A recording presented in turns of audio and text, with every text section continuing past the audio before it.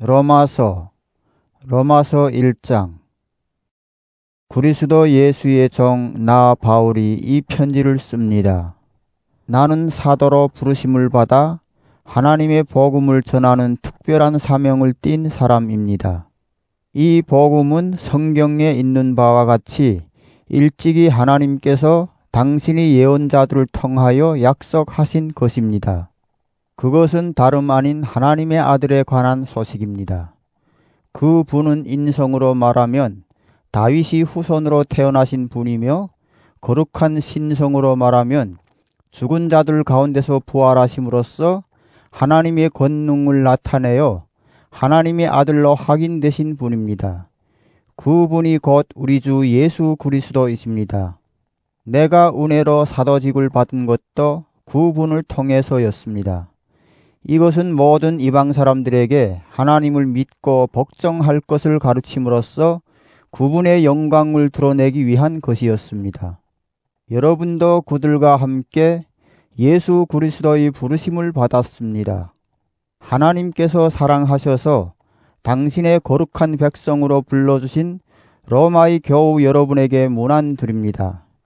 하나님 우리 아버지와 주 예수 그리스도께서 내리시는 은혜와 평안이 여러분에게 있기를 빕니다.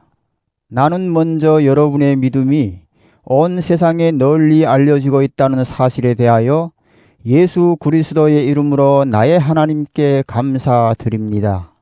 내가 그 아들이 복음을 전하는 데 있어서 내 영으로 섬기고 있는 하나님이 내 증인이 되십니다. 나는 기도할 때마다 언제나 여러분을 생각하고 언제나 하나님의 뜻에 의하여 어떻게든지 길이 열려 여러분이 있는 대로 가게 되기를 간구하고 있습니다.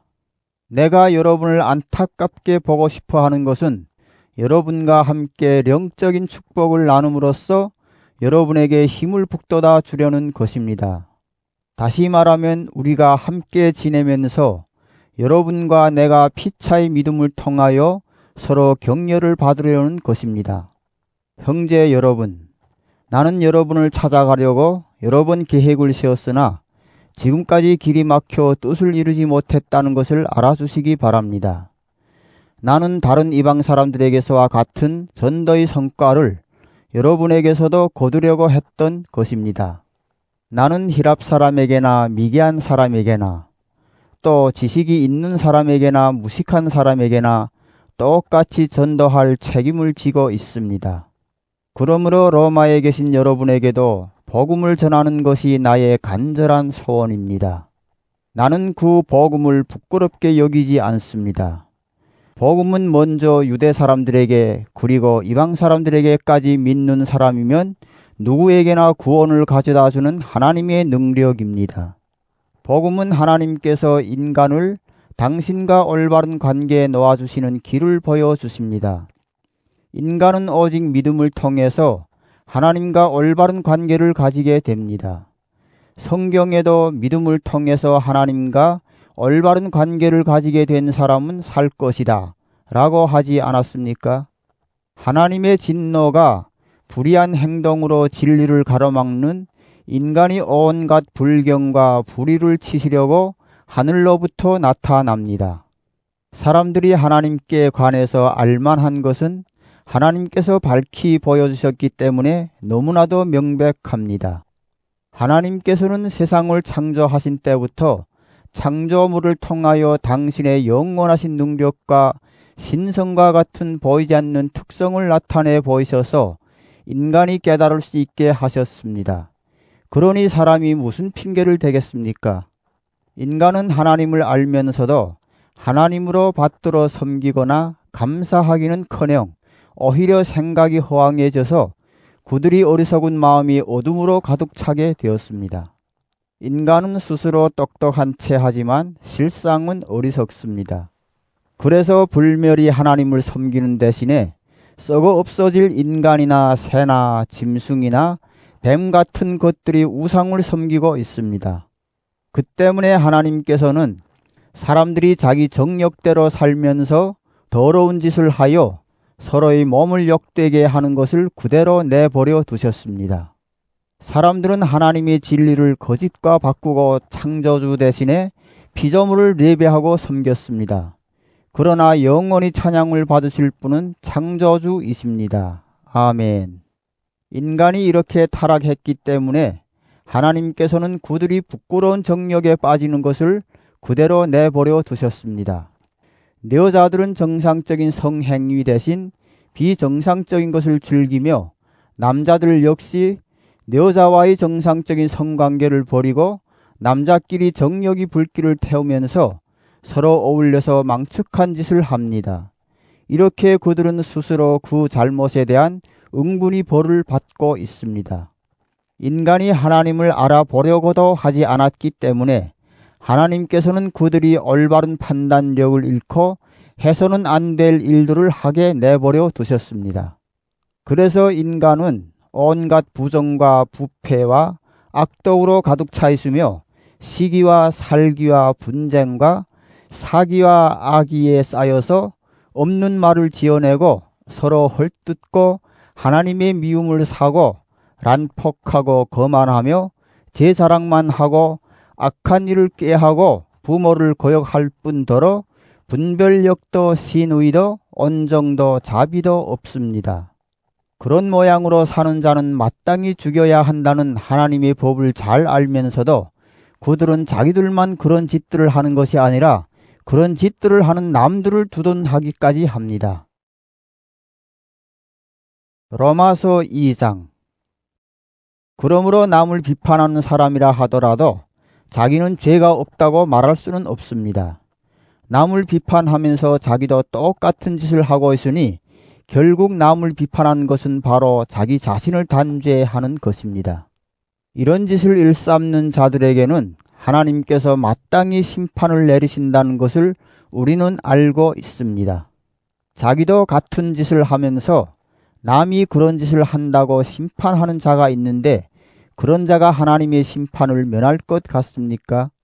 더구나 사람을 회개시키려고 베푸시는 하나님의 자비를 깨닫기는커녕 오히려 그 크신 자비와 관용과 인내를 없수히 여기는 자가 있다니 될 말입니까? 그러고도 마음이 완고해서 회개할 생각도 하지 않으니 이런 자는 하나님의 공정한 심판이 내릴 진노의 날에 자기가 받을 벌을 쌓아 올리고 있는 것입니다. 하나님께서는 각 사람에게 그 행실대로 갚아주실 것입니다.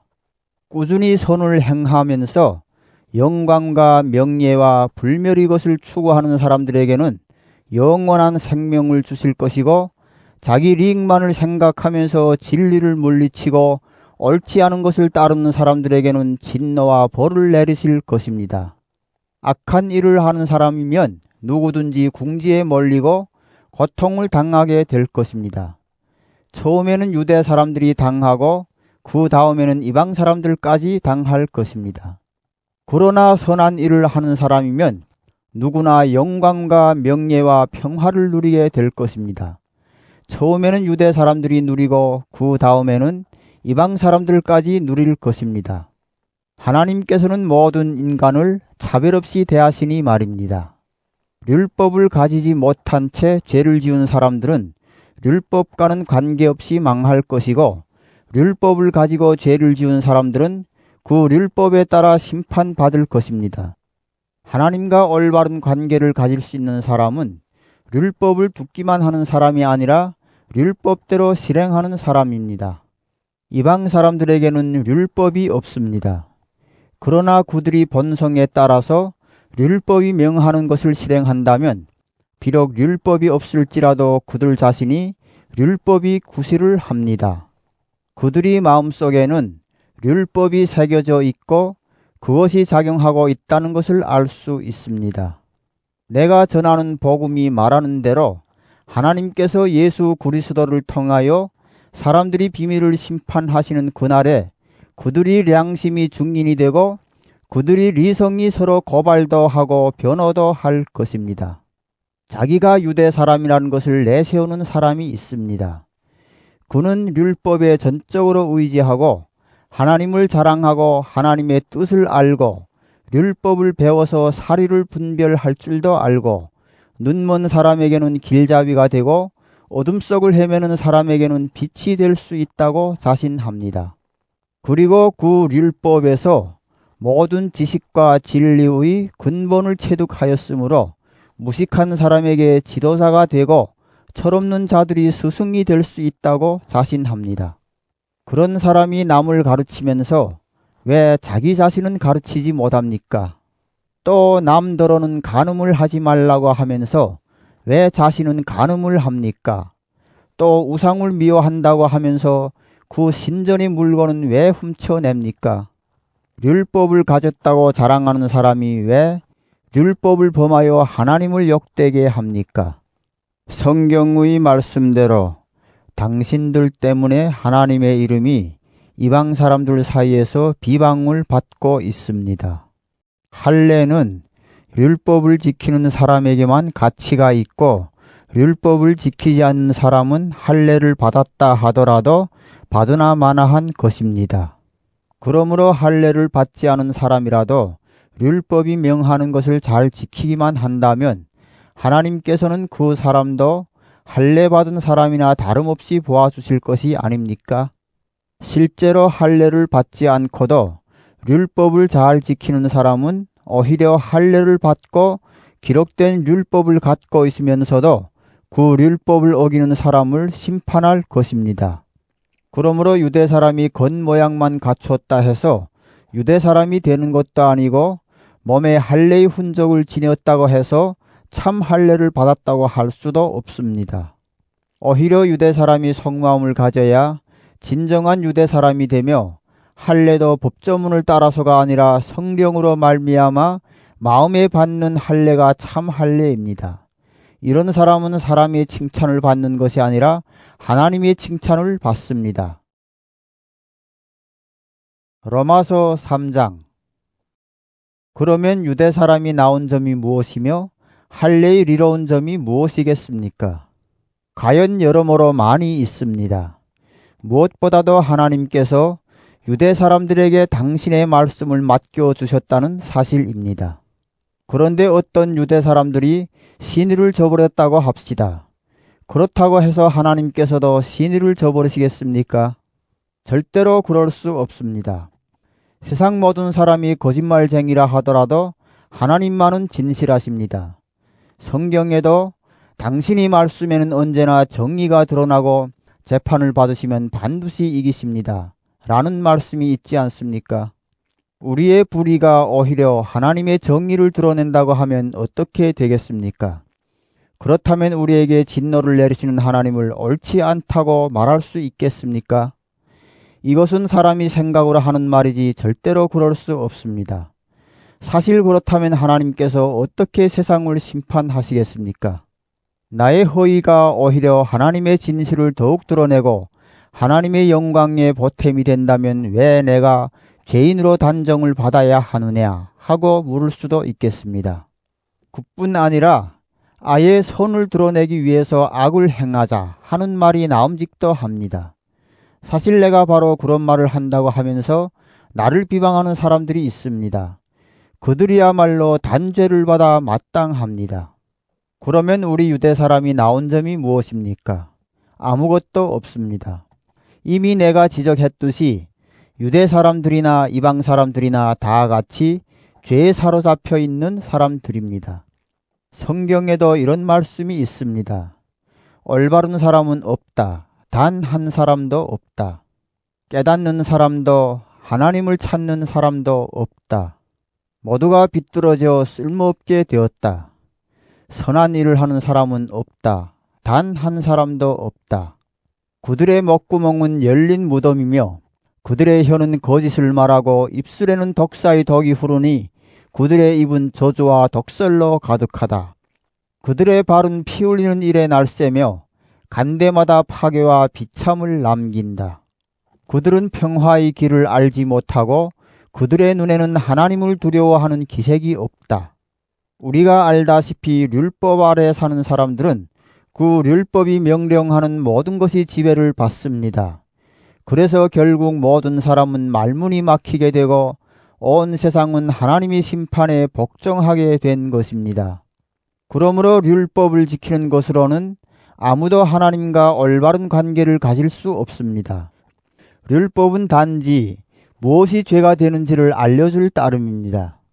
그러나 이제는 하나님께서 인간을 당신과 올바른 관계에 놓아주시는 길이 드러났습니다. 그것은 율법과는 아무 관계가 없습니다. 율법서와 예언서가 바로 이 사실을 증명해 줍니다. 하나님께서는 믿는 사람이면 누구나 아무런 차별도 없이 당신과의 올바른 관계에 놓아주십니다. 그것은 예수 그리스도를 믿음으로써 이루어지는 것입니다. 모든 사람이 죄를 지었기 때문에 하나님이 주셨던 본래의 영광스러운 모습을 잃어버렸습니다. 하나님께서는 그리스도 예수를 통해서 모든 사람을 죄에서 풀어주시고 당신과 올바른 관계를 가질 수 있는 은총을 거저 베풀어 주셨습니다. 그리스도를 믿는 사람에게는 죄를 용서해 주시려고 하나님께서 그리스도를 제물로 내어주셔서 피를 흘리게 하셨습니다. 이리하여 하나님께서 당신의 정의를 나타내셨습니다. 과거에는 하나님께서 인간이 죄를 참고 눈 감아 주심으로 당신의 정의를 나타내셨고 오늘날에 와서는 죄를 물으심으로써 당신의 정의를 나타내셨습니다. 이렇게 해서 하나님께서는 당신이 올바르시다는 것과 예수를 믿는 사람이면 누구든지 당신과 올바른 관계에 놓아주신다는 것을 보여주십니다. 그러니 우리가 내세울 만한 것이 무엇입니까? 아무것도 없습니다. 우리가 어떻게 해서 하나님과의 올바른 관계를 되찾게 되었습니까? 율법을 잘 지켜서 그렇게 된 것입니까? 그것은 믿음을 통해서 이루어진 것입니다. 사람은 율법을 지키는 것과는 관계없이 믿음을 통해서 하나님과 올바른 관계를 맺는다고 우리는 확신합니다. 하나님은 유대 사람만이 하나님이신 줄 압니까? 이방 사람이 하나님이시기도 하지 않습니까? 과연 이방 사람이 하나님도 되십니다. 하나님은 오직 한 분뿐이어서 할례를 받은 사람이나 받지 않은 사람이나 다 같이 구두리 믿음을 통해서 당신과의 올바른 관계를 갖게 해 주십니다. 그러면 우리가 믿음을 내세운다고 해서 율법을 무시하는 줄 아십니까? 절대로 그렇지 않습니다. 오히려 율법을 존중합니다. 로마서 4장. 우리 민족의 조상 아브라함의 경우는 어떠했습니까? 만일 아브라함이 자기 공로로 하나님과의 올바른 관계를 얻었다면 과연 자랑할 만도 합니다. 그러나 그는 하나님 앞에서 자랑할 것이 없었습니다. 성경에 아브라함은 하나님을 믿었고 하나님께서는 그의 믿음을 보시고 그를 올바른 사람으로 인정해 주셨다 라고 하지 않았습니까? 공로가 있는 사람이 받는 보수는 자기가 마땅히 받을 품삯을 받는 것이지 결코 선물로 받는 것은 아닙니다. 그러나 아무 공로가 없는 사람이라도 하나님을 믿으면 믿음을 통해서 하나님과의 올바른 관계를 얻게 됩니다. 하나님께서는 비록 죄인일지라도 올바른 사람으로 인정하실 수 있는 분이십니다. 그래서 다윗도 선행과는 관계없이 하나님께로부터 올바른 사람으로 인정받은 사람의 행복을 이렇게 읊었습니다. 하나님께서 잘못을 용서해 주시고 죄를 덮어주신 사람들은 행복하다. 주께서 죄 없다고 인정해 주시는 사람도 행복하다. 이러한 행복은 할례를 받은 사람만이 누리는 것입니까? 그렇지 않으면 할례를 받지 않은 사람도 누리는 것입니까? 우리는 앞에서 하나님께서는 아브라함이 믿음을 보시고 그를 올바른 사람으로 인정해 주셨다고 하였습니다. 언제 그렇게 되었습니까? 그가 할례를 받은 후입니까? 받기 전입니까? 할례를 받은 후가 아니라 받기 전이 일입니다. 아브라함은 할례를 받기 전에 믿음을 통해서 하나님과 올바른 관계를 가지게 되었습니다. 그 후 그것을 확인하는 표로 그는 할례를 받았던 것입니다. 이리하여 할례를 받지 않고도 믿음으로써 올바른 사람이라고 인정받은 모든 사람이 조상이 되었습니다. 또 아브라함은 할례 받은 사람들이 조상이기도 합니다. 여기서 할례 받은 사람들이란 그저 할례를 받는데 그치지 않고 우리 조상 아브라함이 할례 받기 전에 보여준 믿음을 본받아 사는 사람들을 가리킵니다. 하나님께서는 아브라함과 그의 후손들에게 세상을 물려주겠다고 약속하셨는데 그것은 아브라함이 율법을 지켰다 해서가 아니라 하나님께서 그의 믿음을 보시고 그를 올바른 사람으로 인정하셨기 때문에 하신 약속이었습니다. 만일 율법을 지키는 사람만이 상속자가 될 수 있다면 믿음은 무의미하게 되고 그 약속은 무효가 됩니다. 법이 없으면 법을 어기는 일도 없게 됩니다. 법이 있으면 법을 어기게 되어 하나님의 진노를 사게 마련입니다. 그러므로 하나님께서는 사람의 믿음을 보시고 그를 상속자로 삼으십니다. 이렇게 하나님께서는 은혜를 베푸시며 율법을 지키는 사람들에게만 아니라 아브라함이 믿음을 따르는 사람들에게까지 곧 아브라함이 모든 후손들에게 그 약속을 보장해 주십니다. 아브라함은 우리 모두의 조상입니다. 성경에 내가 너를 만민의 조상으로 삼았다 하지 않았습니까? 그는 죽은 자를 살리시고 없는 것을 있게 만드시는 하나님을 믿었던 것입니다. 아브라함은 절망 속에서도 희망을 잃지 않고 믿어서 마침내 내 자손은 저렇게 번성하리라 고 하신 말씀대로 만민의 조상이 되었습니다. 그의 나이가 100세에 가까워서 이미 죽은 사람이나 다름없이 되었고 또 그의 아내 사라의 몸에서도 이제는 아기를 바랄 수 없다는 것을 알았지만 그는 믿음을 가지고 희망을 잃지 않았습니다. 그는 끝내 하나님의 약속을 믿고 의심하지 않았을 뿐만 아니라 더욱 굳게 믿으며 하나님을 찬양하였습니다. 그리고 그는 하나님께서 약속하신 것을 능히 이루어 주시리라고 확신하였습니다. 하나님께서는 이런 믿음을 보시고 아브라함을 올바른 사람으로 인정하셨습니다. 올바른 사람으로 인정하셨다는 말씀은 비단 아브라함만을 두고 하신 것이 아니라 우리를 두고 하신 말씀이기도 합니다. 곧 우리 주 예수를 죽은 자들 가운데서 다시 살리신 분을 믿는 우리들까지도 올바른 사람으로 인정해 주신다는 말씀입니다. 예수는 우리의 죄 때문에 죽으셨다가 우리를 하나님과의 올바른 관계에 놓아주시기 위해서 다시 살아나신 분이십니다. 로마서 5장. 이렇게 우리는 믿음으로 말미암아 하나님과의 올바른 관계를 가졌으므로 우리 주 예수 그리스도를 통해서 하나님과의 평화를 누리게 되었습니다. 우리는 그리스도를 믿음으로써 지금의 이 은혜를 누리게 되었고 또 하나님의 영광에 참여할 희망을 안고 기뻐하고 있습니다.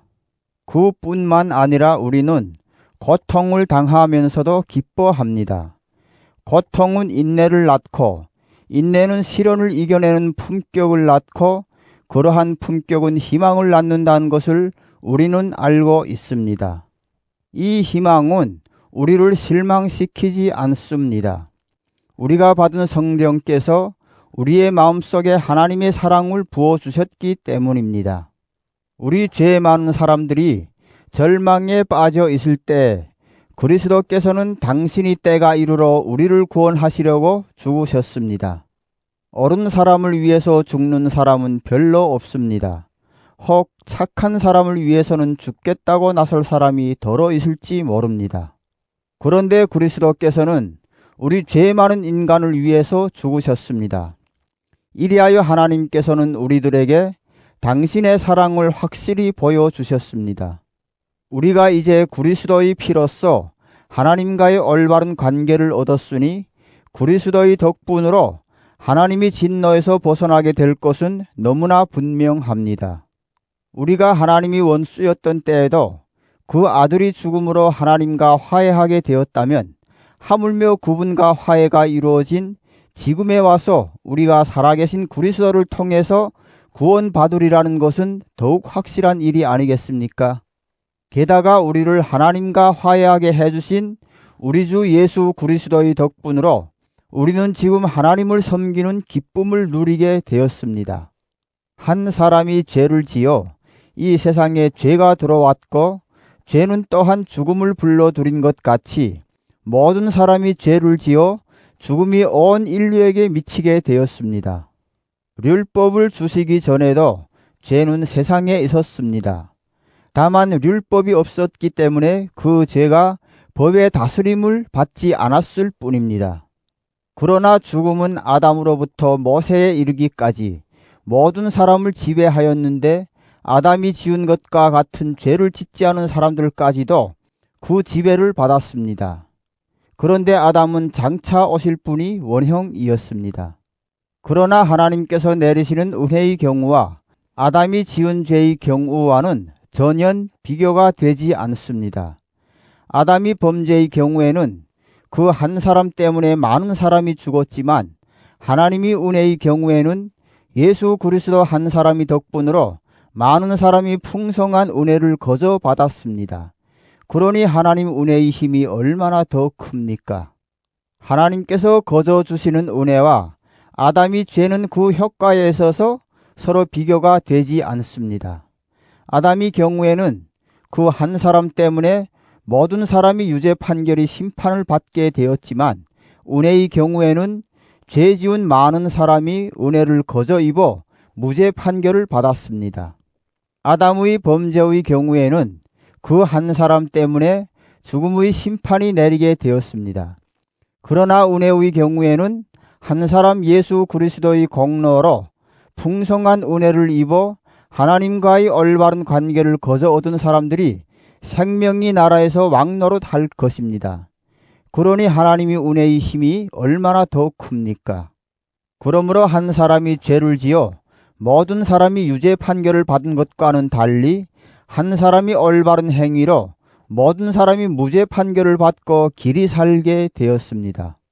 한 사람이 불순종으로 많은 사람이 죄인이 된 것과는 달리 한 사람이 순종으로 많은 사람이 하나님과 올바른 관계를 가지게 될 것입니다.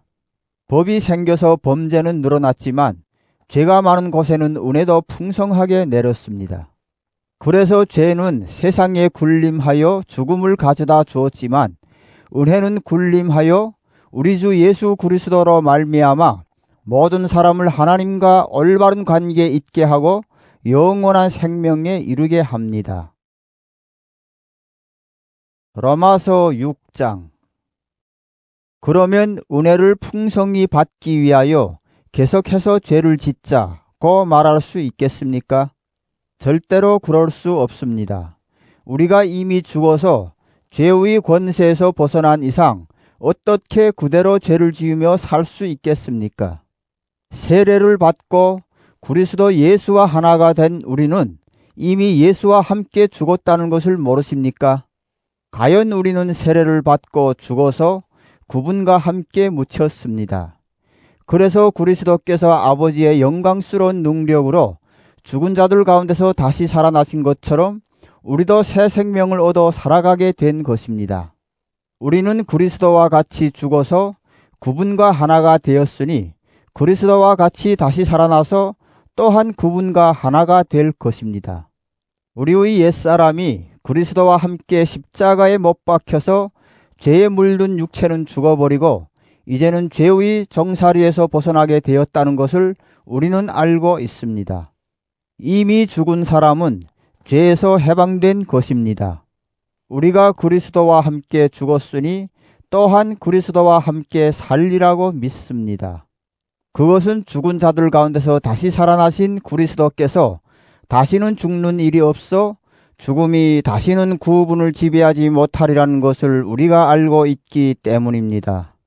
그리스도께서는 단 한 번 죽으심으로써 죄의 권세를 꺾으셨고 다시 살아나셔서는 하나님을 위해서 살고 계십니다. 이와 같이 여러분도 그리스도 예수와 함께 죽어서 죄의 권세를 벗어나 그와 함께 하나님을 위해서 살아야 한다고 생각하시오. 그러므로 결국 죽어버릴 육체의 욕망에 굴복하지 마시오. 그래야 죄의 지배를 받지 않을 것입니다. 또 여러분의 지체를 죄에 내맡기어 악의 도구가 되게 하는 일은 없어야 합니다. 오히려 여러분은 죽었다가 다시 살아난 사람으로서 여러분 자신을 하나님께 바치고 여러분의 지체가 하나님을 위한 정의의 도구로 쓰이게 하시오. 여러분은 율법이 지배를 받는 것이 아니라 은혜의 지배를 받고 있으므로 죄가 여러분을 지배할 수 없을 것입니다. 그렇다면 우리가 율법이 지배를 받지 않고 있다고 해서 죄를 지어도 좋다는 말이겠습니까? 절대로 그럴 수 없습니다. 누구든지 자기 자신을 남에게 내맡겨서 복종하면 곧 자기가 복종하는 그 사람이 종이 된다는 것을 모르십니까? 죄의 종이 되어 죽는 사람도 있고 하나님께 순종하는 종이 되어 하나님과의 올바른 관계를 가지게 되는 사람도 있다는 말입니다. 여러분이 전에는 죄의 종이었지만 이제는 진실한 가르침을 전해받고 그것에 성심껏 복종하게 되었으니 하나님께 감사할 일입니다. 그리고 여러분은 죄의 권세를 벗어나서 이제는 정의의 종이 되었습니다. 여러분이 리해력이 미치지 못할까 하여 이렇게 인간사에 비추어 말하는 것입니다. 여러분이 전에는 온몸을 더러운 일과 불법의 종으로 내맡기어 불법을 일삼았지만 이제는 온몸을 정의의 종으로 바쳐 거룩한 사람이 되도록 힘써야 할 것입니다. 여러분이 죄의 종이었을 때는 여러분은 정의에 예속되지 않고 제멋대로 놀아났었습니다. 그 때에 여러분이 얻은 것이 무엇입니까? 지금 생각하면 부끄러운 일들밖에는 없지 않았습니까?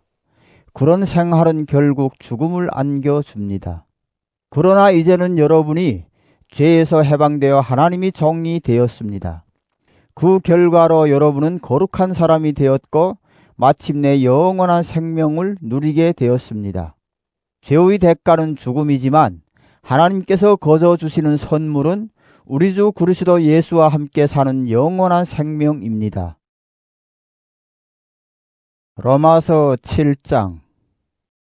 형제 여러분이 율법에 정통한 사람들이니 말씀드리는데 율법이란 것은 사람이 살아있는 동안에만 구속력을 가진다는 것을 모르십니까?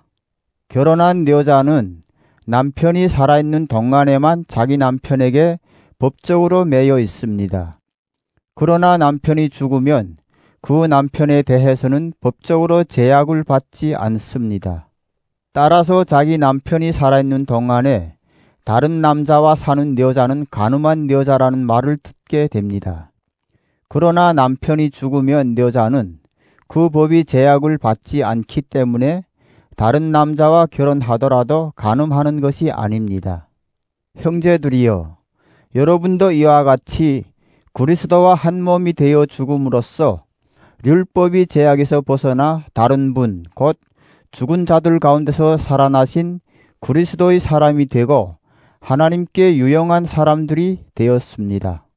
전에 우리가 육적인 생활을 하고 있을 때에는 율법 때문에 우리 온몸에 죄스러운 정력이 발동하여 죽음을 가져왔습니다. 우리는 율법에 사로잡혀 있었지만 이제 우리는 죽어서 그 제약을 벗어났습니다. 그래서 우리는 낡은 법조문을 따라서 섬기지 않고 성령께서 주시는 새 생명을 가지고 섬기게 되었습니다. 그러면 율법이 곧 죄라고 말할 수 있겠습니까? 절대로 그럴 수 없습니다. 그러나 율법이 없었던들 나는 죄를 몰랐을 것입니다. 탐내지 말라는 율법이 없었더라면 탐욕이 죄라는 것을 나는 몰랐을 것입니다. 죄는 이 계명을 기회로 내 속에 온갖 탐욕을 일으켰습니다. 율법이 없다면 죄는 죽은 것이나 다름없습니다. 나는 전에 율법이 없을 때에도 살았었는데 계명이 들어오자 죄는 살아나고 나는 죽었습니다. 그래서 생명을 가져다 주어야 할 그 계명이 나에게 오히려 죽음을 가져왔다는 것을 깨달았습니다. 다시 말하면 죄가 계명을 기화로 나를 속이고 그 계명으로 나를 죽인 것입니다. 그러나 율법은 어디까지나 거룩하고 계명도 거룩하고 정당하고 좋은 것입니다. 그러면 그 좋은 것이 나에게 죽음을 가져왔다는 말입니까? 절대로 그렇지 않습니다. 사실은 죄가 그 좋은 것을 매개로 해서 나에게 죽음을 가져왔습니다. 그래서 죄는 죄로서 드러나게 되고 계명으로 말미암아 그 죄가 얼마나 악독한 것인가 하는 것이 드러나게 되었습니다. 우리가 아는 대로 율법 자체는 영적인 것입니다. 그런데 나는 육정을 따라 사는 사람으로서 죄의 정으로 팔린 몸입니다. 나는 내가 하는 일을 도무지 알 수가 없습니다. 내가 해야겠다고 생각하는 일은 하지 않고 도리어 해서는 안 되겠다고 생각하는 일을 하고 있으니 말입니다. 그런데 그런 일을 하면서도 그것을 해서는 안 되겠다고 생각하는 것은 곧 율법이 좋다는 것을 인정하는 것입니다. 그렇다면 그런 일을 하는 것은 내가 아니라 내 속에 도사리고 있는 죄입니다. 내 속에 곧 내 육체 속에는 선한 것이 하나도 들어있지 않다는 것을 나는 알고 있습니다. 마음으로는 선을 행하려고 하면서도 나에게는 그것을 실천할 힘이 없습니다. 나는 내가 해야 하겠다고 생각하는 선은 행하지 않고 해서는 안 되겠다고 생각하는 악을 행하고 있습니다. 그런 일을 하면서도 그것을 해서는 안 되겠다고 생각하고 있으니 결국 그런 일을 하는 것은 내가 아니라 내 속에 들어있는 죄입니다. 여기에서 나는 한 법칙을 발견했습니다. 곧 내가 선을 행하려 할 때에는 언제나 바로 곁에 악이 도사리고 있다는 것입니다. 나는 내 마음속으로는 하나님의 율법을 반기지만 내 몸속에는 내 리성이 법과 대결하여 싸우고 있는 다른 법이 있다는 것을 알고 있습니다. 그 법은 나를 사로잡아 내 몸속에 있는 죄의 법이 종이 되게 합니다. 나는 과연 비참한 인간입니다. 누가 이 죽음의 육체에서 나를 구해줄 것입니까? 고맙게도 하나님께서 우리 주 예수 그리스도를 통하여 우리를 구해 주십니다. 나는 과연 리성으로는 하나님의 법을 따르지만 육체로는 죄의 법을 따르는 인간입니다. 로마서 8장. 그러므로 이제 그리스도 예수와 함께 사는 사람들은 결코 단죄받는 일이 없습니다. 그것은 그리스도 예수와 함께 생명을 누리게 하는 성령의 법이 나를 죄와 죽음의 법에서 해방시켜 주었기 때문입니다. 인간이 본성이 약하기 때문에 율법이 이룩할 수 없었던 것을 하나님께서 이룩하셨습니다. 하나님께서는 당신의 아들을 죄 많은 인간의 모습으로 보내어 그 육체를 죽이심으로써 이 세상의 죄를 없이 하셨습니다. 이렇게 해서 육체를 따라 살지 않고 성령을 따라 사는 우리 속에서 율법의 요구가 모두 이루어졌습니다. 육체를 따라 사는 사람들은 육체적인 것에 마음을 쓰고 성령을 따라 사는 사람들은 영적인 것에 마음을 씁니다. 육체적인 것에 마음을 쓰면 죽음이 오고 영적인 것에 마음을 쓰면 생명과 평화가 옵니다. 육체적인 것에 마음을 쓰는 사람은 하나님이 율법에 복종하지도 않고 또 복종할 수도 없기 때문에 하나님이 원수가 되고 맙니다. 육체를 따라 사는 사람들은 하나님을 기쁘게 해 드릴 수가 없습니다. 사실 하나님이 성령께서 여러분 안에 계시다면 여러분은 육체를 따라 사는 사람이 아니라 성령을 따라 사는 사람입니다. 그러나 그리스도의 성령을 모시지 못한 사람은 그리스도의 사람이 아닙니다. 비록 여러분의 몸은 죄 때문에 죽었을지라도 그리스도께서 여러분 안에 계시면 여러분은 이미 하나님과 올바른 관계에 있기 때문에 여러분의 영은 살아 있습니다. 그리고 예수를 죽은 자들 가운데서 다시 살리신 분이 성령께서 여러분 안에 계시면 그리스도를 죽은 자들 가운데서 다시 살리신 분께서 여러분 안에 살아계신 당신이 성령을 시켜 여러분이 죽을 몸까지도 살려주실 것입니다. 그러므로 형제 여러분, 우리는 과연 빚을 진 사람입니다. 그러나 육체에 빚을 진 것은 아닙니다. 그러니 우리는 육체를 따라 살 의무는 없습니다. 육체를 따라 살면 여러분은 죽습니다. 그러나 성령의 힘으로 육체의 악한 행실을 죽이면 삽니다. 누구든지 하나님이 성령의 인도를 따라 사는 사람은 하나님의 자녀입니다. 여러분이 받은 성령은 여러분을 다시 노예로 만들어서 공포에 몰아넣으시는 분이 아니라 여러분을 하나님의 자녀로 만들어주시는 분이십니다. 그래서 우리는 그 성령에 힘입어 하나님을 아빠, 아버지라고 부릅니다. 바로 그 성령께서 우리가 하나님의 자녀라는 것을 증명해 주십니다. 또 우리 마음속에도 그러한 확신이 있습니다. 자녀가 되면 또한 상속자도 되는 것입니다. 과연 우리는 하나님이 상속자로서 그리스도와 함께 상속을 받을 사람입니다. 우리가 그리스도와 함께 고난을 받고 있으니 영광도 그와 함께 받을 것이 아닙니까? 장차 우리에게 나타날 영광에 비추어 보면 지금 우리가 겪고 있는 고통은 아무것도 아니라고 생각합니다. 모든 피조물은 하나님이 자녀가 나타나기를 간절히 기다리고 있습니다. 피조물이 제9시를 못하게 된 것은 제 본의가 아니라 하나님께서 그렇게 만드신 것입니다. 그러나 거기에는 희망이 있습니다. 곧 피조물에게도 멸망이 사슬에서 풀려나서 하나님의 자녀들이 누리는 영광스러운 자유에 참여할 날이 올 것입니다.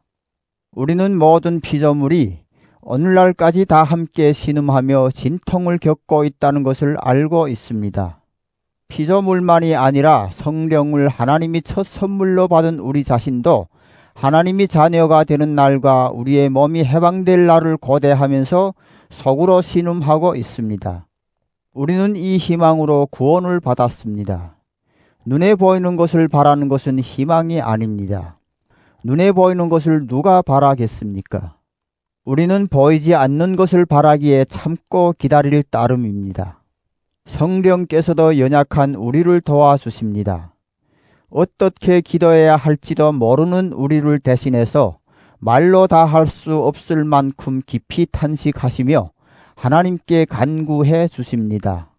이렇게 성령께서는 하나님의 뜻을 따라 성도들을 대신해서 간구해 주십니다. 그리고 마음속까지도 꿰뚫어 보시는 하나님께서는 그러한 성령의 생각을 잘 아십니다. 하나님을 사랑하는 사람들, 곧 하나님의 계획에 따라 부르심을 받은 사람들에게는 모든 일이 서로 작용해서 좋은 결과를 이룬다는 것을 우리는 압니다. 하나님께서는 이미 오래전에 택하신 사람들이 당신의 아들과 같은 모습을 가지도록 미리 정하셨습니다. 그래서 그리스도께서는 많은 형제 중에서 맏아들이 되셨습니다. 하나님께서는 미리 정하신 사람들을 불러주시고 부르신 사람들을 당신과 올바른 관계에 놓아주시고 영광스럽게 해주셨습니다.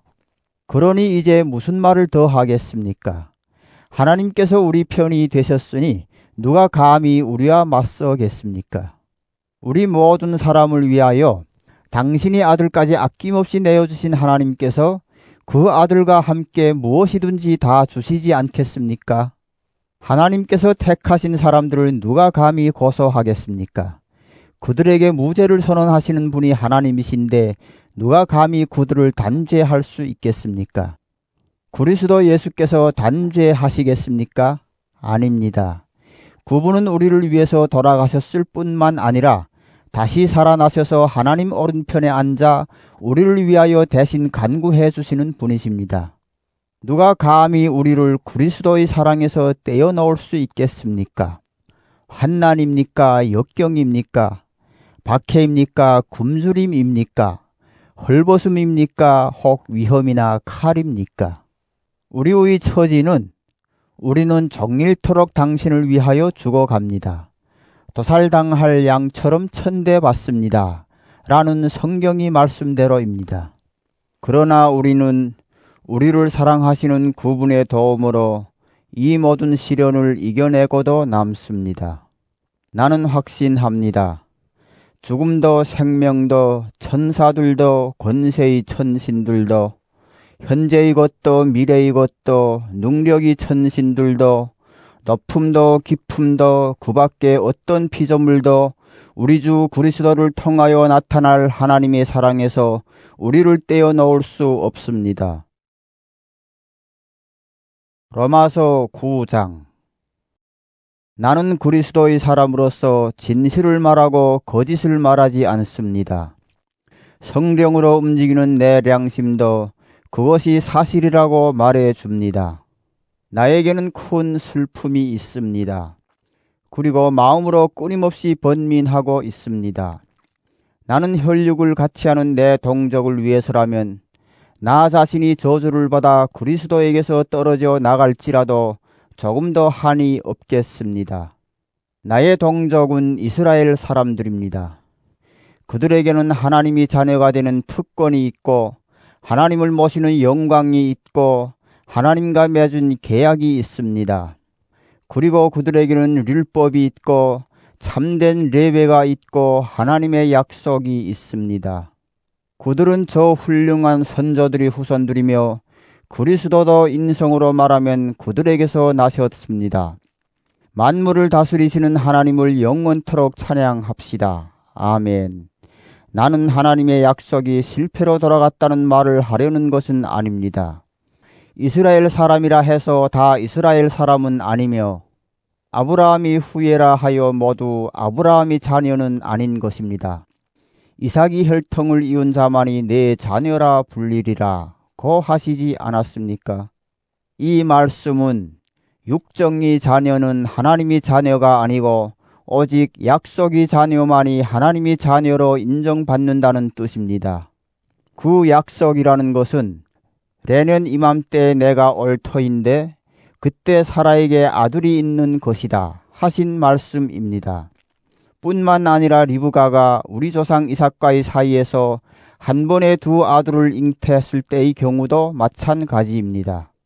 그 아들들이 아직 태어나지도 않았고 따라서 선이나 악을 행하기도 전에 하나님께서는 리브가에게 형이 동생을 섬기게 될 것이다 하고 말씀하셨습니다. 그러나 하나님께서는 사람이 선행을 보시고 불러주시는 것이 아니라 당신이 뜻대로 불러주시며 선택의 원리에 의해서 당신이 계획을 이루십니다. 그것은 나는 야곱을 사랑하고 에서를 미워하였다 라고 기록된 성경의 말씀대로입니다. 그렇다고 하나님이 공정하지 못하다고 말할 수 있겠습니까? 절대로 그럴 수 없습니다. 하나님께서 모세에게 나는 자비를 베풀고 싶은 사람에게 자비를 베풀고 동정하고 싶은 사람을 동정한다 고 말씀하셨듯이 하나님이 선택을 받고 안 받는 것은 인간의 의지나 노력에 달려있는 것이 아니라 오직 하나님이 자비에 달려있는 것입니다. 성경에는 하나님께서 바로에게 내가 너를 왕으로 내세운 것은 너를 시켜서 나의 힘을 드러내고 나의 이름이 온 세상에 널리 알려지게 하려는 것이다 하신 말씀이 있습니다.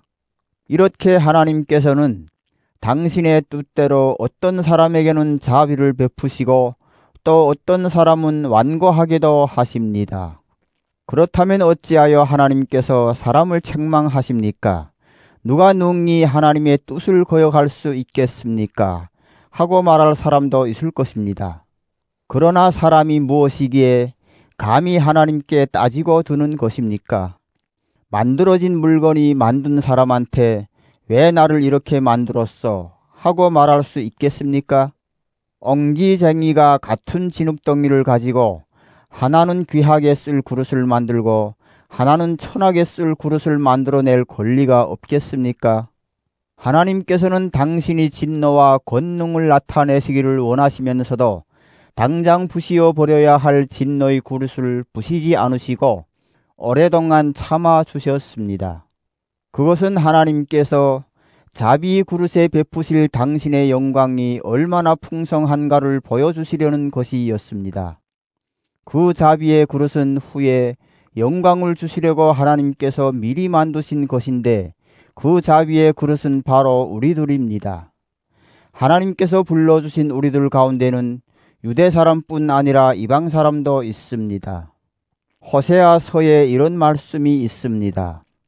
내 백성이 아니었던 사람들을 내 백성이라 부르겠고 내 사랑을 받지 못하던 백성을 내 사랑하는 백성이라 부르리라.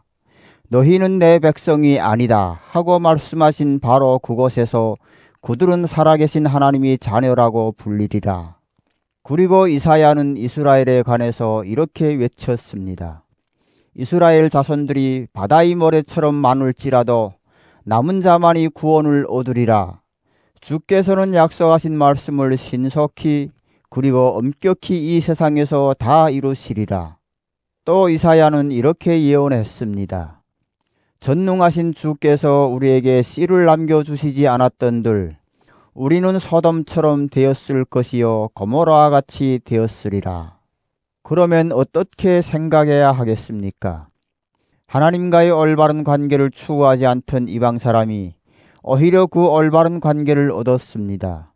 그것은 믿음으로써 이루어진 것입니다. 그런데 이스라엘은 하나님과의 올바른 관계를 가지는 법을 추구하였지만 끝내 그 법을 찾지 못했습니다. 왜 그렇게 되었습니까? 그들은 믿음을 통해서 얻으려 하지 않고 공로를 쌓음으로써 얻으려고 했기 때문입니다. 이를테면 그들은 그 걸림돌에 걸려 넘어진 것입니다.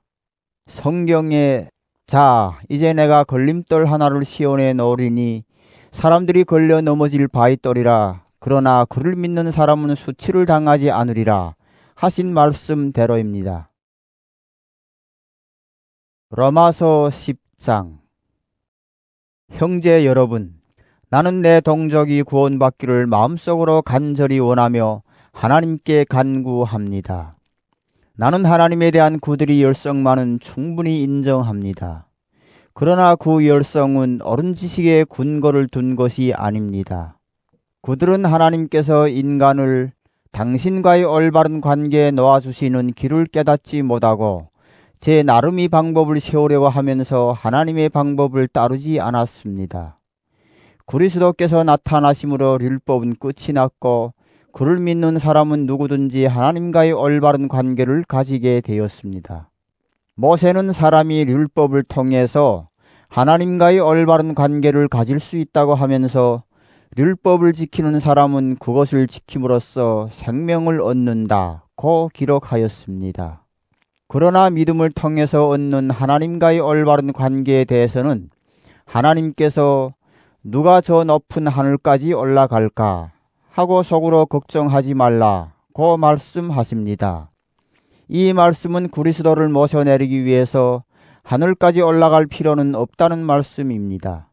또 하나님께서 누가 저 깊은 땅속까지 내려갈까 하고 걱정하지 말라 하십니다. 이 말씀은 그리스도를 죽음의 세계에서 모셔 올리기 위하여 땅속까지 내려갈 필요는 없다는 말씀입니다.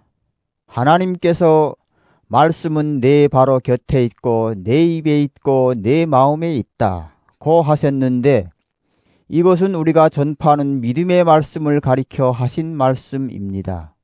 예수는 주님이시라고 입으로 고백하고 또 하나님께서 예수를 죽은 자들 가운데서 다시 살리셨다는 것을 마음으로 믿는 사람은 구원을 받을 것입니다. 곧 마음으로 믿어서 하나님과의 올바른 관계에 놓이게 되고 입으로 고백하여 구원을 얻게 됩니다. 성서에도 그를 믿는 사람은 누구든지 수치를 당하지 않으리라 는 말씀이 있지 않습니까? 유대 사람이나 이방 사람이나 아무런 구별이 없습니다. 같은 주님께서 만민의 주님이 되시고 당신의 이름을 부르며 찾는 모든 사람에게 풍성한 축복을 내리십니다. 주님의 이름을 부르는 사람은 누구든지 구원을 얻으리라 는 말씀이 있지 않습니까? 그러나 믿지 않는 분의 이름을 어떻게 부를 수 있겠습니까? 또 들어보지도 못한 분을 어떻게 믿겠습니까? 말씀을 전해주는 사람이 없으면 어떻게 들을 수 있겠습니까? 전도자로서 파견받지 않고서 어떻게 전도할 수 있겠습니까? 기쁜 소식을 전하는 이들의 발걸음이 얼마나 아름다운가 라는 말이 바로 그 말씀입니다. 그러나 모든 사람이 다 그 복음을 받아들인 것은 아닙니다. 주님, 우리가 일러준 말을 누가 믿었습니까? 하고 이사야도 한탄한 일이 있습니다. 그러므로 들어야 믿을 수 있고 그리스도를 전하는 말씀이 있어야 들을 수 있습니다. 나는 묻겠습니다. 그들이 그 말씀을 한 번도 들어본 적이 없습니까? 분명히 들었습니다. 성서의 말씀에도 그들의 소리가 온 땅에 울려 퍼졌고 그들의 말이 땅끝까지 이르렀다고 하지 않았습니까? 나는 다시 묻겠습니다. 이스라엘 사람들이 그 말씀을 알아듣지 못했습니까? 우선 모세의 말을 들어보십시오. 나는 너희로 하여금 내 백성이 아닌 자들을 시기하게 하겠고 어리석은 백성을 보고 화나게 하리라 고 하였습니다. 또 이사야는 더욱 대담하게 나를 찾지 않던 사람들이 나를 만났고 나를 구하지 않던 사람들이 나를 보았다 고 하였습니다. 그러나 이스라엘에 대해서는 나는 온종일 내 팔을 벌려 이 백성을 기다렸으나 그들은 순종하지 않고 오히려 나를 거역하고 있다 고 말하였습니다. 로마서 11장. 나는 또 묻겠습니다. 하나님께서 당신이 백성을 버리셨다고 할 수 있겠습니까? 절대로 그렇지 않습니다. 나도 아브라함이 후손으로서 베냐민 지파에 속하는 한 이스라엘 사람입니다.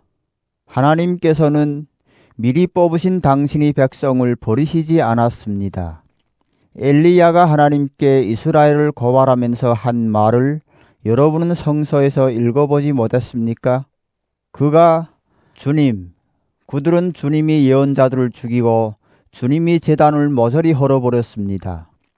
이제 남은 것은 저 하나뿐인데도 제 목숨마저 노리고 있습니다. 고 하자 하나님께서는 무엇이라고 대답하셨습니까? 나에게는 아직도 바알신 앞에 무릎을 꿇지 않은 사람이 7,000명이나 있다 고 말씀하시지 않았습니까? 이와 같이 지금도 은총으로 뽑힌 사람들이 남아 있습니다. 그 사람들은 자기 공로로 뽑힌 것이 아니라 하나님이 은총을 받아 뽑힌 것입니다. 만일 그들이 무슨 공로가 있어서 뽑힌 것이라면 그의 은총은 은총이 아닐 것입니다. 결국 어떻게 되었습니까? 이스라엘은 자기들이 찾던 것을 얻지 못했는데 뽑힌 사람들은 그것을 얻었습니다. 뽑히지 못할 사람들은 마음이 완고해져서 하나님께서 그들에게 혼미한 정신을 주셔서 오늘날까지 그들은 눈을 가지고도 보지 못하고 귀를 가지고도 듣지 못하게 되었다 하신 성서의 말씀대로 되었습니다. 그래서 다윗도 그들이 벌려놓은 잔치자리가 오히려 올가미와 덫이 되어 그들이 걸려 넘어져 패망하는 자리가 되게 하여 주십시오. 그들이 눈을 어둡게 하여 보지 못하게 하시고 그들이 둥근 굽어진 채로 펴볼 날이 없게 하여 주십시오. 라고 하였습니다. 그러면 이스라엘이 걸려 넘어져서 완전히 패망하고 말았다고 할 수 있겠습니까? 절대로 그렇지 않습니다. 그들이 죄 때문에 오히려 이방 사람들은 구원을 받게 되었고 이스라엘은 이방 사람들을 시기하게 되었습니다. 이렇게 이스라엘의 범죄가 세상에 풍성한 축복을 가져왔고 이스라엘의 실패가 이방 사람들에게 풍성한 축복을 가져왔다면 이스라엘 전체가 구원을 받는 날에는 그 축복이 얼마나 엄청나겠습니까? 이제부터는 이방 사람 여러분에게 말씀드립니다. 나는 이방 사람들을 위한 사도로서 내가 맡은 직책을 영광으로 생각합니다. 나는 내 동족 유대 사람들에게 질투심을 불러일으켜 그들 가운데 일부나마 구해주고 싶습니다. 그들이 버림을 받은 결과로 하나님과 세상 사이에 화해가 이루어졌다면 하나님께서 그들을 받아주실 때에는 어떻게 되겠습니까? 죽었던 사람들에게 생명을 주실 것이 분명합니다. 떡반죽에서 떼낸 첫 부분을 하나님께 드리면 그 반죽 덩어리 전체도 거룩합니다. 또 나무 뿌리가 거룩하면 그 가지도 다 거룩합니다. 감람나무가 한 그루 있는데 그 가지 몇 개가 잘리고 그 자리에 야생 감람나무 가지를 접하였다고 합시다. 그러면 그 접한 가지들은 감람나무 원뿌리에서 영양물을 같이 받게 됩니다. 말하자면 여러분은 이 야생 감람나무 가지들입니다. 그러니 여러분은 잘려나간 가지들을 없이 여겨서는 안 됩니다. 그렇게 생각이 날 때에는 여러분이 뿌리를 지탱하는 것이 아니고 뿌리가 여러분을 지탱한다는 사실을 기억하십시오. 여러분은 저 가지들이 잘려나간 것은 그 자리에 우리를 접하기 위한 것이 아닙니까? 하고 말할지도 모릅니다. 그것은 그렇습니다. 그러나 그 가지들이 잘려나간 것은 그들이 믿지 않은 탓이고 여러분이 그 자리에 붙어 있는 것은 여러분이 믿었기 때문입니다. 그러니 여러분은 두려워할지언정 자랑할 것은 하나도 없습니다. 하나님께서 원가지도 아낌없이 잘라내셨으니 여러분들도 아낌없이 잘라버릴 수 있습니다. 하나님께서는 자비로우시기도 하고 준엄하시기도 하다는 것을 알아두십시오. 하나님께서는 당신을 거역하는 자들에게는 준엄하시지만 여러분에게는 자비로우십니다. 그러나 그것은 여러분이 하나님이 자비를 저버리지 않을 때 하는 일이고 그렇지 못할 때에는 여러분도 잘려나갈 것입니다. 믿지 않았던 탓으로 잘려나갔던 가지들이 믿게 되면 하나님께서는 그 가지들도 접하여 주실 것입니다. 하나님께서는 전에 잘라내셨던 가지들이라도 다시 접하실 능력을 가지고 계십니다. 원래 야생 감람나무 가지였던 여러분이 잘려서 제 나무가 아닌 딴 좋은 감람나무에 쉽사리 접하여졌다면 잘려나갔던 가지들이 제 감람나무에 다시 접하여지는 것이야 얼마나 쉬운 일이겠습니까? 형제 여러분, 여러분이 모든 것을 다 알았다고 장담할지 모르지만 아직 깨닫지 못하는 숨은 진리가 하나 있는데 여러분도 그것을 꼭 알아두시기 바랍니다. 그 진리란 이런 것입니다. 일부 이스라엘 사람들이 지금은 완고하지만 모든 이방 사람들이 하나님께 돌아오는 날에는 그 완고한 마음을 버릴 것이고 따라서 온 이스라엘도 구원받게 되리라는 것입니다. 성서에도 시온에서 해방자가 나와 야곱이 후손으로부터 사악을 제거하리라. 이것이 내가 그들이 죄를 없이 할 때 그들과 맺으라는 나의 계약이다. 라는 말씀이 있습니다. 복음이 견지에서 보면 이스라엘 사람들은 여러분이 잘 되라고 하나님이 원수가 되었지만 하나님이 선택이 견지에서 보면 그들이 조상 덕택으로 여전히 하나님의 사랑을 받는 백성입니다. 하나님께서 한 번 주신 선물이나 선택이 운총은 다시 거두어 가시지 않습니다. 전에 하나님께 순종하지 않았던 여러분이 이제 이스라엘 사람들이 불순종 때문에 하나님이 자비를 받게 되었습니다. 이와 같이 지금은 순종하지 않고 있는 이스라엘 사람들도 여러분이 받는 하나님이 자비를 보고 회개하여 마침내는 자비를 받게 될 날이 올 것입니다. 하나님께서는 모든 사람을 불순종에 사로잡힌 자가 되게 하셨습니다. 그러나 결국은 그 모두에게 자비를 베푸셨습니다. 하나님이 풍요한 지혜와 지식은 심오합니다. 누가 그분이 판단을 헤아릴 수 있으며 그분이 하시는 일을 이해할 수 있겠습니까? 주님이 생각을 잘 아는 사람이 누구였습니까? 주님이 의논 상대가 될 만한 사람이 누구였습니까? 누가 먼저 무엇을 드렸기에 주님이 답례를 바라겠습니까?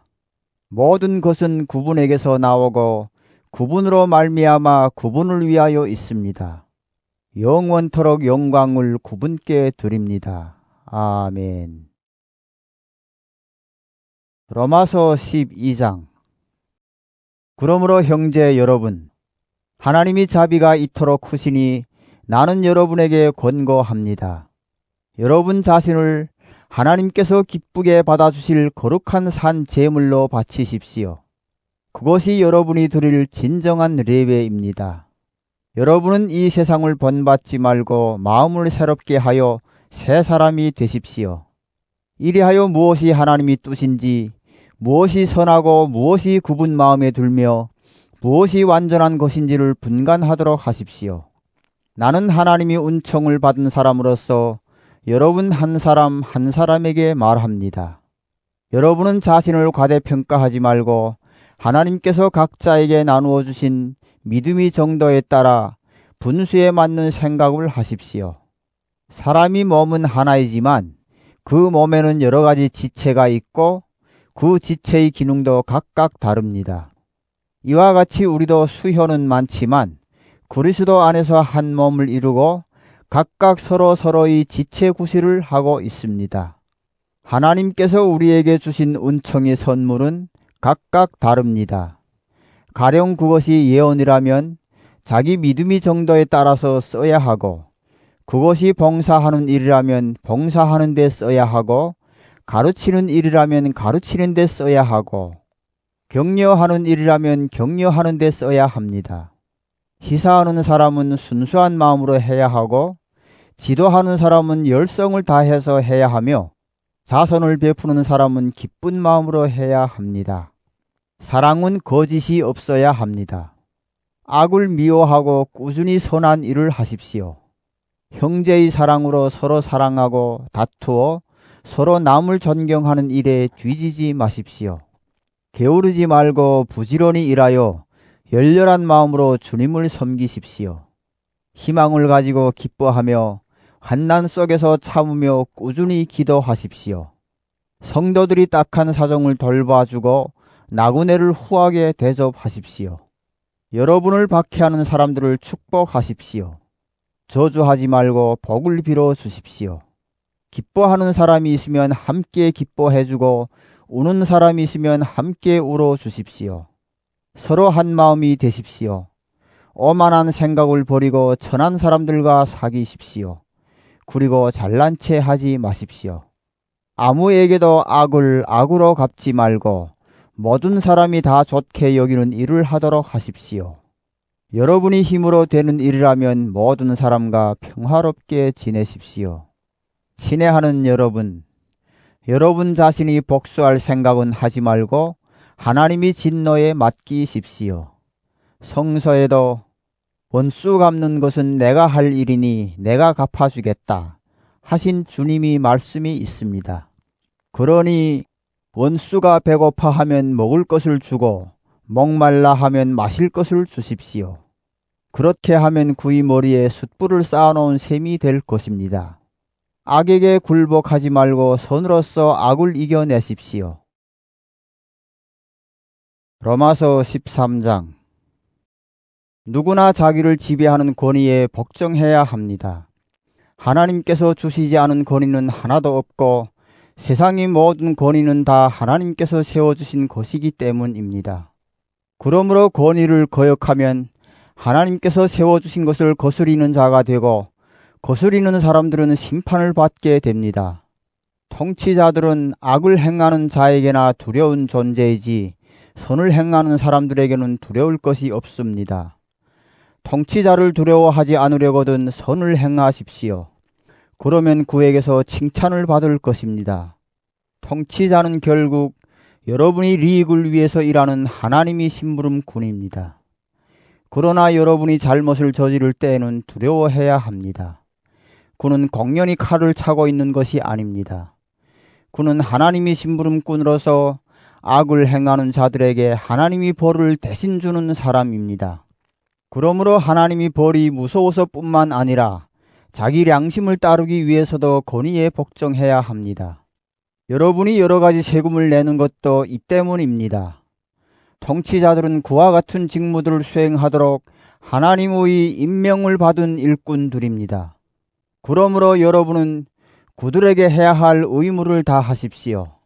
국세를 바쳐야 할 사람에게는 국세를 바치고 관세를 바쳐야 할 사람에게는 관세를 바치고 두려워해야 할 사람은 두려워하고 존경해야 할 사람은 존경하십시오.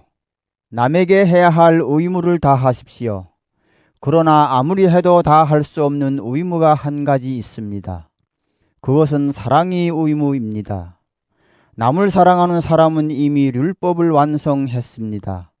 간음하지 말라, 살인하지 말라, 도적질하지 말라, 탐내지 말라 라는 계명이 있고 또 그 밖에도 다른 계명이 많이 있지만 그 모든 계명은 내 이웃을 내 몸같이 사랑하라는 이 한마디로 요약될 수 있습니다. 이웃을 사랑하는 사람은 이웃에게 해로운 일을 하지 않습니다. 그러므로 사랑한다는 것은 율법을 완성하는 일입니다. 이렇게 살아야 하는 여러분은 지금이 어느 때인지를 알아야 합니다. 여러분이 잠에서 깨어나야 할 때가 왔습니다. 지금은 우리가 처음 믿던 때보다 우리의 구원이 더 가까이 다가왔습니다. 밤이 거의 새어 낮이 가까웠습니다. 그러니 어둠이 행실을 벗어버리고 비추의 갑옷을 입읍시다.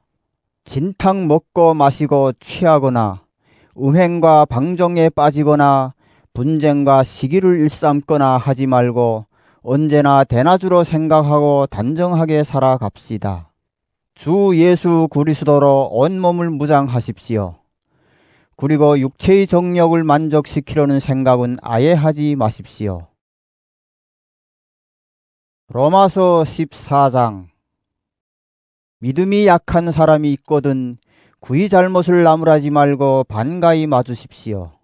어떤 사람은 믿음이 있어서 무엇이든지 먹지만 믿음이 약한 사람은 채소밖에는 먹지 않습니다. 아무 것이나 먹는 사람은 가려서 먹는 사람을 없이 여기지 말며 가려서 먹는 사람은 아무 것이나 먹는 사람을 비난하지 마십시오. 하나님께서는 그 사람도 받아들이셨습니다. 우리가 남의 종을 비난할 권리가 있습니까? 그가 서거나 넘어지거나 그것은 그의 주인이 상관할 일입니다. 주님께서는 그를 서 있게 하실 힘이 있으시니 그는 넘어지지 않을 것입니다. 어떤 사람들은 어떤 날을 특별히 더 좋은 날로 여기고 어떤 사람들은 어느 날이나 다 같다고 생각합니다. 하여간 각각 신념을 가지고 있어야 합니다. 어떤 날을 따로 정해서 지키는 사람도 주님을 위해서 그렇게 합니다.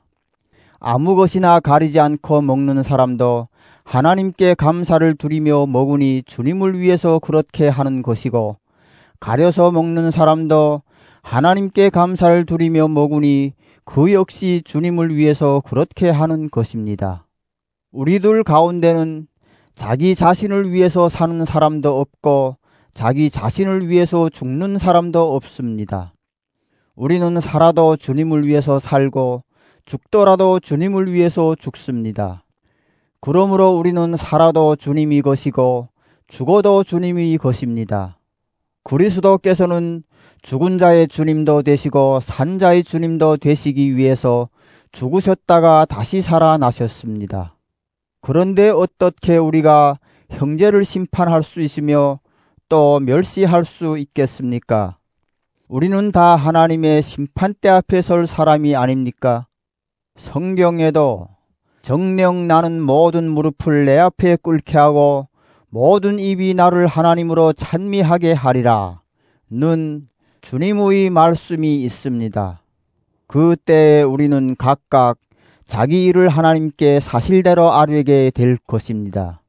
그러니 이제부터는 서로 남을 심판하지 말고 도리어 형제를 넘어뜨리거나 죄짓게 하는 일은 하지 않기로 결심합시다. 주 예수를 믿는 나는 무엇이든지 그 자체가 더러운 것은 하나도 없고 다만 더럽다고 생각하는 사람에게만 더럽게 여겨진다는 것을 알고 또 확신합니다. 여러분이 음식 문제를 가지고 형제의 마음을 상하게 한다면 그것은 사랑을 지니고 살아가는 사람의 도리가 아닙니다. 여러분은 음식 문제를 가지고 형제를 망쳐놓는 일이 있어서는 안 됩니다. 그리스도께서는 그 사람을 위해서도 목숨을 바치셨습니다. 그러니 여러분이 좋다고 생각해서 하는 일이 다른 사람이 비난의 대상이 되지 않도록 하십시오. 하나님이 나라는 먹고 마시는 일이 아니라 성령을 통해서 누리는 정의와 평화와 기쁨입니다. 이러한 정신으로 그리스도를 섬기는 사람은 하나님을 기쁘게 하고 사람들의 인정을 받습니다. 우리는 평화를 도모하고 서로 도움이 되는 일을 추구합시다. 음식 문제를 가지고 하나님께서 하시는 일을 그르쳐서는 안 됩니다. 가연 모든 것이 깨끗합니다. 그러나 어떤 음식을 먹는 것이 남을 죄짓게 하는 원인이 된다면 그것을 먹는 것은 좋지 않습니다. 형제를 죄짓게 하는 일이라고 생각되면 고기를 먹는다든가 술을 마신다든가 그 밖에 어떤 일이라도 하지 않는 것이 좋습니다.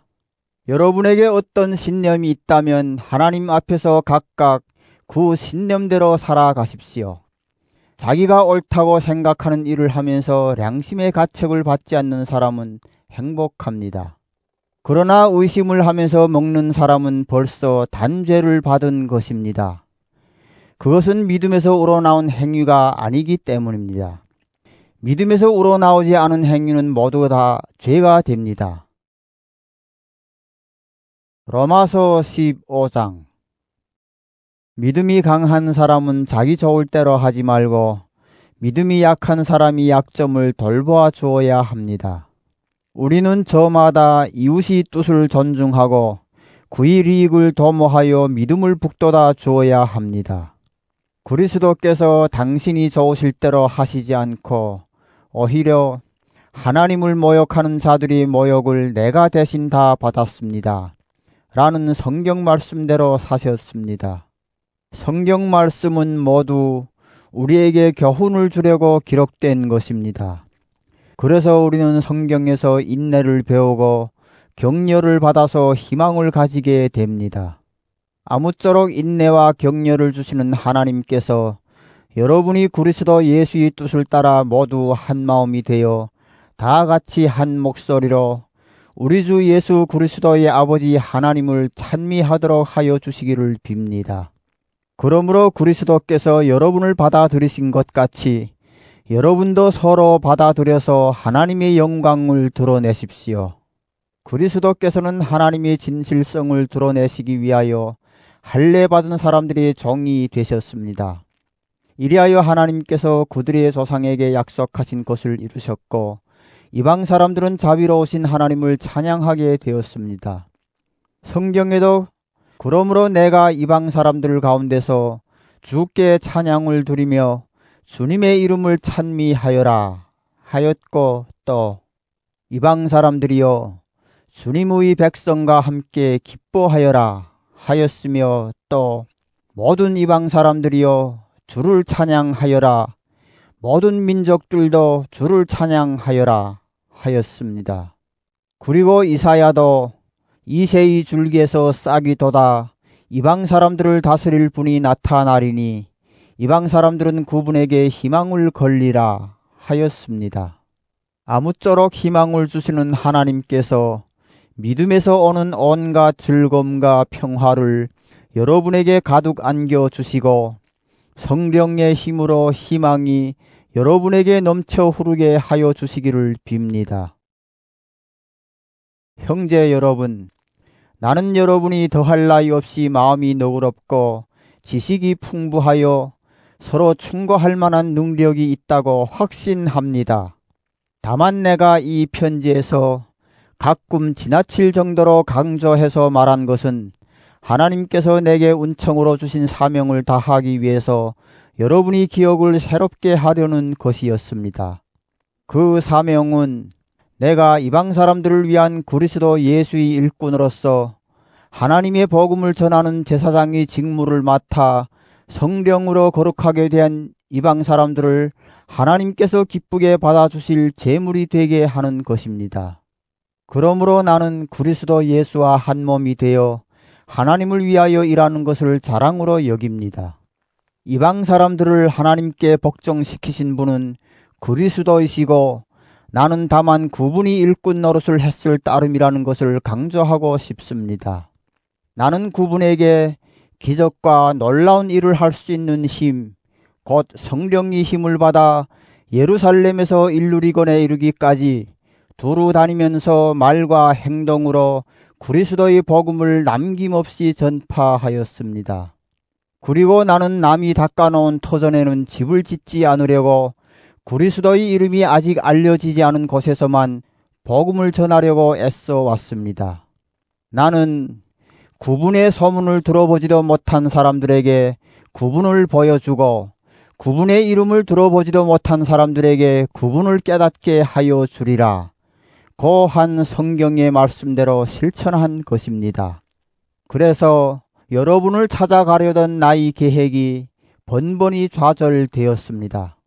그러나 여러 해를 두고 여러분을 찾아가려고 별러온 나는 이제 이 지방에서 할 일을 다 끝냈기 때문에 에스파네로 가는 길에 여러분을 만나 잠시나마 함께 지내면서 즐거움을 나누다가 여러분의 후원을 얻어 그곳으로 가게 되었으면 합니다. 그러나 지금은 예루살렘에서 사는 성도들에게 구제금을 전하러 갑니다. 그것은 마게도니아와 아가야의 성도들이 예루살렘에 있는 가난한 성도들에게 같은 교우로서 정을 나누려고 기쁜 마음으로 보낸 것입니다. 그들은 이렇게 기쁜 마음으로 보냈지만 그들에게는 또한 그렇게 할 의무도 있습니다. 이방 사람들은 예루살렘에 있는 성도들의 정신적인 축복을 나누어 가졌으니 이제는 물질적인 것을 가지고 그들을 도울 의무가 있지 않습니까? 나는 모금을 마치고 그 돈을 예루살렘에 있는 성도들에게 정확히 전해준 다음에 여러분에게 들렸다가 에스파냐로 가려고 합니다. 내가 여러분을 찾아갈 때에는 그리스도의 풍성한 축복을 안고 가게 되리라고 믿습니다. 형제 여러분, 나는 성령이 베푸시는 사랑을 믿고 우리 주 예수 그리스도의 이름으로 여러분에게 부탁합니다.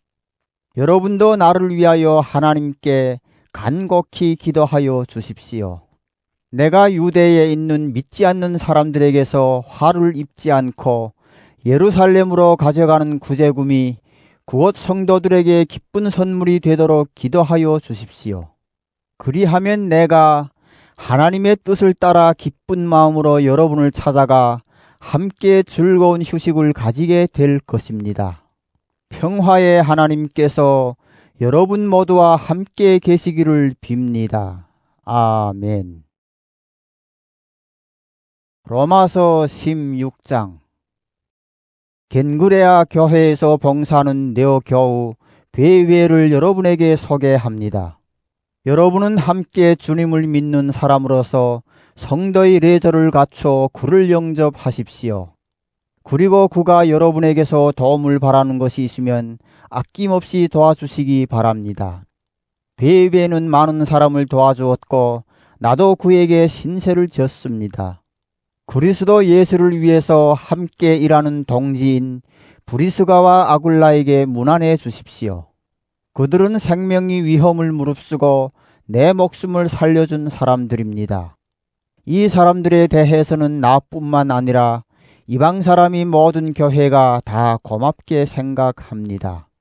그들이 집에서 모이는 교회 여러분에게 문안해 주십시오. 또 나의 친애하는 에베네더에게 문안해 주십시오. 그는 아시아에서 처음으로 그리스도 신자가 된 사람입니다. 여러분을 위해서 수고를 많이 한 마리아에게 문안해 주십시오. 내 친척이며 한때 나와 함께 갇힌 일이 있는 안드로니고와 유니아에게 문안해 주십시오. 그들은 사도들 사이에서 평판이 좋은 사람들로서 나보다 먼저 그리스도 신자가 된 사람들입니다. 친애하는 내 교우 암블리아에게 문안해 주십시오. 그리스도를 위해서 함께 일하는 동지 우르바노와 나이 사랑하는 수다구에게 문안해 주십시오. 그리스도를 위해서 무척 고생을 많이 한 아벨레에게 문안해 주십시오. 아리스도블로의 가족에게 문안해 주십시오. 내 친척 헤로디온에게 문안해 주시고 교우 나기수의 가족 여러분에게도 문안해 주십시오. 주님을 위해서 애쓴 두루베나와 두루보사에게 문안해 주시고 주님을 위해서 특별히 수고한 사랑하는 버스에게 문안해 주십시오. 뛰어난 주님의 일꾼 루표와 그의 어머니에게 문안해 주십시오. 그의 어머니는 나를 아들처럼 여겼습니다. 아순구리더와 블레곤과 허메와 바드로바와 허마와 그리고 그들과 함께 있는 다른 교우들에게 문안해 주십시오. 빌럴로고와 율리아, 네레오와 그의 누이 동생과 얼룸바와 그들과 함께 있는 모든 성도들에게 문안해 주십시오. 거룩한 입맞춤으로 서로 인사하십시오. 그리스도의 모든 교회가 여러분에게 문안합니다. 형제 여러분, 여러분이 배운 교훈과는 달리 남들을 분열시키고 죄 짓게 하는 사람들을 경계하고 멀리 하시기 바랍니다. 그런 자들은 우리 주 예수 그리스도를 섬기는 것이 아니라 자기네 뱃속을 채우고 있으며 그럴듯한 말과 아첨하는 말로 순진한 사람들의 마음을 유혹하고 있는 것입니다. 여러분이 충성스러운 신앙생활이 사방에 잘 알려져 있어서 나는 무척 기쁘게 생각합니다. 나는 여러분이 선한 일에는 현명하고 악한 것에는 물들지 않기를 바랍니다. 평화를 주시는 하나님께서 사탄을 여러분이 발 아래에 굴복시켜 주실 날이 멀지 않았습니다. 우리 주 예수의 은총이 여러분에게 내리시기를 빕니다. 나와 함께 일하고 있는 디모데와 내 친척들 누기어와 야손과 소시바더가 여러분에게 문안합니다. 이 편지를 받아 쓰는 나 더디어도 주님의 이름으로 여러분에게 문안 드립니다. 나와 모든 교우를 잘 돌보아주는 가이오가 여러분에게 문안합니다. 이 도시의 재정관 에라수도와 교우 구아도가 여러분에게 문안합니다. 하나님께서는 내가 전하는 복음, 곧 예수 그리스도에 관한 가르침을 통해서 그리고 오랜 세월 감추어 두셨던 그 심오한 진리를 나타내 보여주심으로써 여러분의 믿음을 굳세게 해 주십니다. 그 진리는 이제 예언자들이 글에서 명백하게 드러났고 영원하신 하나님의 명령을 따라 모든 이방 사람들에게 알려져 그들도 믿고 복종하게 되었습니다. 이러한 능력을 가지시고 지혜로우신 오직 한 분뿐이신 하나님께서 예수 그리스도를 통하여 영원토록 영광을 받으시기를 빕니다. 아멘.